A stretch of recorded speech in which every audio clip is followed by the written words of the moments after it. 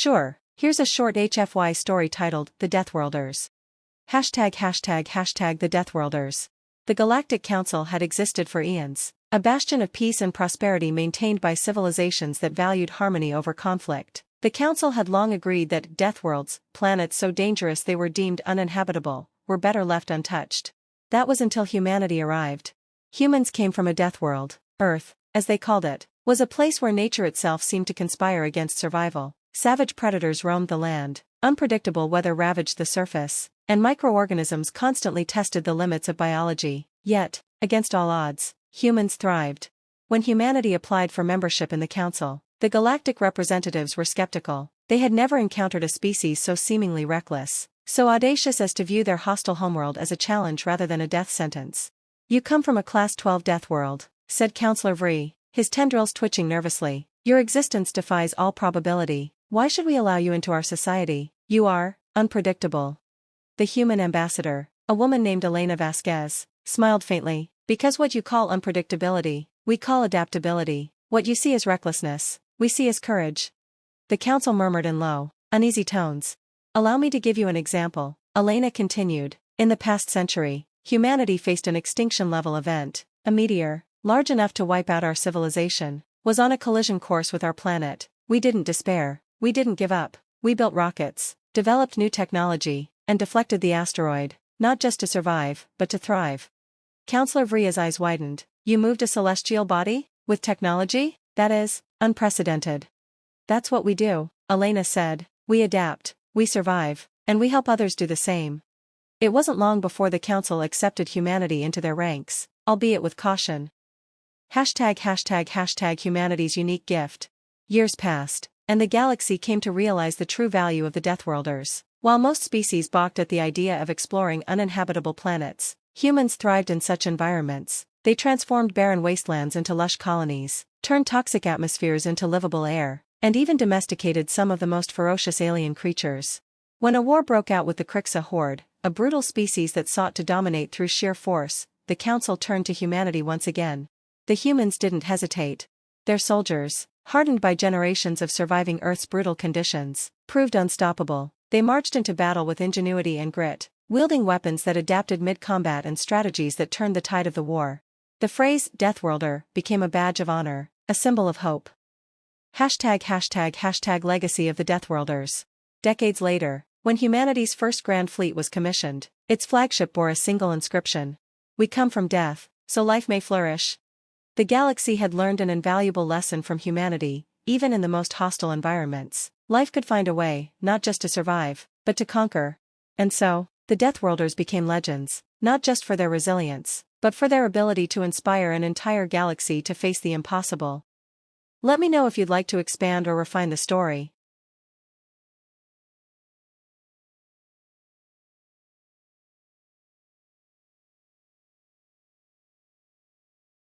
Sure, let's continue the story.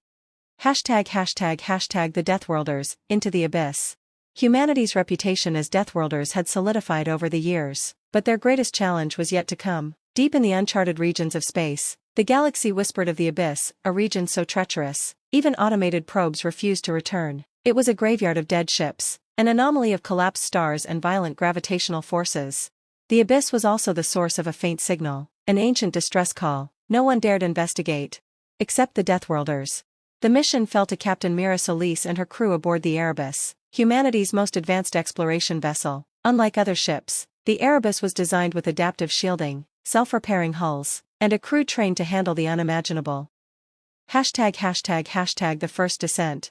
As the Erebus approached the abyss, the crew braced for the unknown. The stars outside warped and twisted as gravitational anomalies pulled at the ship. Mira stood firm on the bridge, her voice steady. "Remember," she said, addressing her crew, "we were born of chaos. Whatever's out there, we'll face it together." The ship's sensors screamed warnings of spatial tears and energy spikes. Then, the distress signal grew louder, a low, mournful wail. It wasn't a recording. It was alive. ###The Abyssal Guardian. Deep within the abyss, the Erebus encountered something no human, or alien, had ever seen, a massive, biomechanical entity. Its body glowed faintly, a patchwork of organic and metallic parts, drifting aimlessly. It had once been a ship, but now it was a being unto itself. The entity's mournful signal resonated through the ship's systems, its frequency disrupting communications and causing brief hallucinations among the crew. Mira realized this was no enemy, it was in pain. Open a channel, Mira ordered.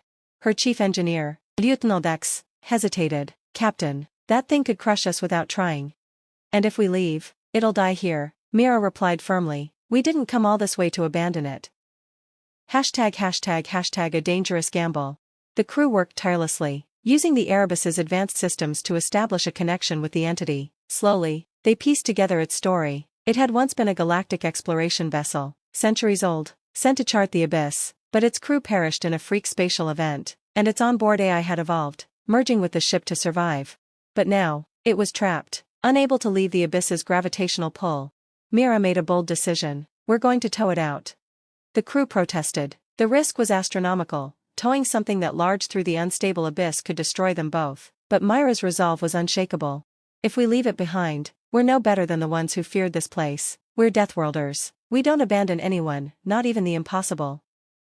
#### the escape. The operation was harrowing. The Erebus extended its gravitic tethers, latching onto the massive entity. The ship groaned under the strain, its systems pushed to their limits as spatial distortions tore at the hull.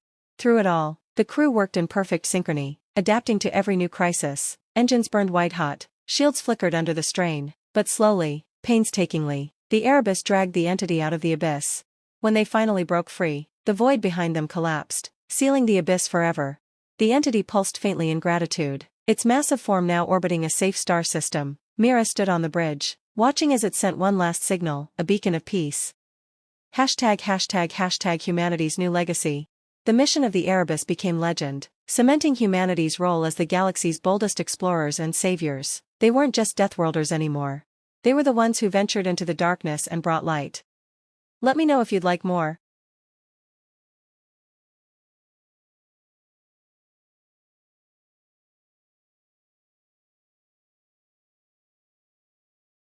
#### the Deathworlders, beacon of unity. The Abyssal Guardians' rescue reverberated across the galaxy. No species could ignore the audacity and determination of the humans. What they accomplished wasn't just extraordinary, it was impossible. For the first time in millennia, hope spread across the galaxy. The Galactic Council officially declared the Abyssal Guardian a sentient being and welcomed it into their ranks. The entity, now named Solace, became a living testament to humanity's ethos: nothing is beyond saving. But with the newfound unity came a warning. Solace shared knowledge of what it had seen while trapped in the abyss, a looming, ancient threat. #### the forgotten enemy. Through fragmented memories and data, Solace spoke of the Esheroth, a long-forgotten species that once ruled the galaxy. Unlike the peaceful council races, the Esheroth thrived on destruction, consuming stars and enslaving entire worlds. Millennia ago, they vanished without explanation, leaving only devastation in their wake. But now, Solace warned, they were returning.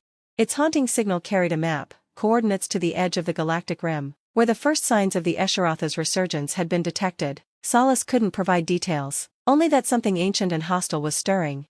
Humanity, as always, volunteered first. #### the Vanguard fleet. The Erebus, now retrofitted and accompanied by a fleet of allied ships, was chosen to lead the expedition. The crew of the Erebus, battle-hardened yet hopeful, prepared for what might be their greatest challenge yet. Captain Mira Solis stood before her assembled crew, her voice firm. We are the Deathworlders. We have survived the impossible, saved the unthinkable, and defied the unknown. The Esheroth may think they're unstoppable, but they haven't met us. Cheers erupted across the fleet, a mix of humans and alien allies who had come to trust humanity's leadership. #### the silent graveyard. The fleet reached the edge of the galactic rim. What they found was chilling: a massive field of derelict ships, ancient and decayed, orbiting a dying star. The vessels were enormous, each larger than a city, and their design was unlike anything ever seen. As the Erebus approached, a faint energy reading flickered from one of the ships. "It's a signal," said Dax, his hands flying over the console, "but it's not like Solace's. It's hostile." Suddenly, the dead ship stirred. The hulks, powered by some ancient technology, began to glow, energy weapons hummed to life, and the fleet found itself surrounded by a forgotten armada. #### humanity's finest hour. The battle was fierce. The Esheroth vessels, though ancient, were devastatingly powerful. Their weapons tore through shields, and their drones overwhelmed even the most advanced defenses. But the Deathworlders didn't fight like other species. They adapted, using unconventional tactics that no Escharoth programming could predict. Human engineers jury-rigged repairs mid-battle. Pilots executed maneuvers so reckless they bordered on suicidal. Even amidst chaos, humanity's ingenuity shone. Captain Solis led the charge, directing the fleet to exploit weaknesses in the Escharoth ships. The Allied forces rallied behind her, inspired by humanity's unyielding spirit. ###The turning point. As the battle raged, Solis intervened. It transmitted a powerful signal, a harmonic frequency that disrupted the Escharoth's systems. For the first time, the ancient ships faltered. Mira seized the opportunity. All ships, focus fire on their core vessels. This is our chance.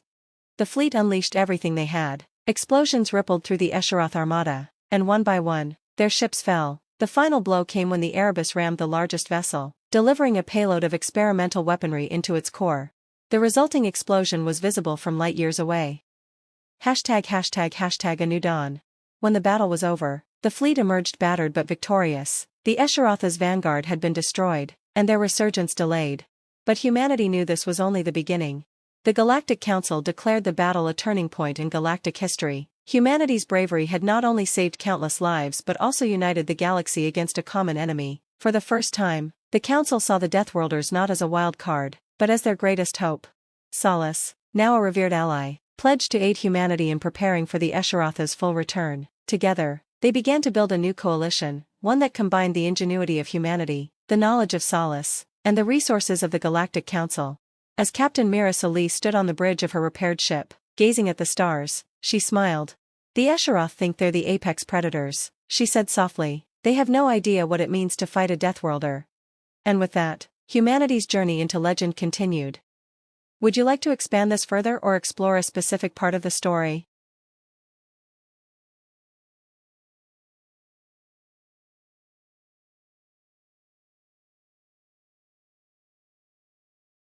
###The Deathworlders, the Shadow War. The victory at the Galactic Rim had bought the galaxy time, but the Escharoth's destruction was far from certain. Scattered transmissions intercepted by Solis hinted that the Armada was only a fragment of their true force. Deep within uncharted space, the Escharoth were rebuilding, evolving, and preparing for a full-scale invasion. For humanity and their allies, this meant one thing: a shadow war. They couldn't afford to wait for the Escharoth to strike. ###The Vanguard Initiative. Humanity proposed a bold plan to the Galactic Council, an elite task force called the Vanguard Initiative, combining the galaxy's best warriors, scientists, and strategists under human leadership.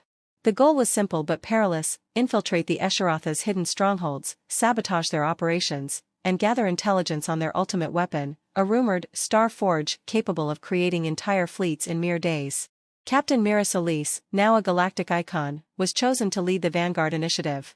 Her crew from the Erebus returned, joined by alien specialists, including Trellick Vaughn, a cunning strategist from the Chiriclec swarm, renowned for outthinking even the most advanced AIs. HFY, a bioengineer from the aquatic Zelrathi, whose expertise in genetic manipulation was vital for countering Escharoth bioweapons. Rax Torin, a hulking warrior from the Vorax Empire, whose brutal combat skills complemented humanity's ingenuity. ###The mission begins. Their first mission took them to a rogue system shrouded in electromagnetic storms. Intelligence suggested the Escharoth were conducting experiments on enslaved species, attempting to integrate organic and mechanical life to create the ultimate soldiers. As the Erebus and its escort ships slipped past Escharoth patrols, the crew prepared for what lay ahead. "We're not just fighting for ourselves," Mira reminded them in a pre-mission briefing. "We're fighting for every species in this galaxy. Let's show them what it means to be Deathworlders and allies." ###Inside the Beast.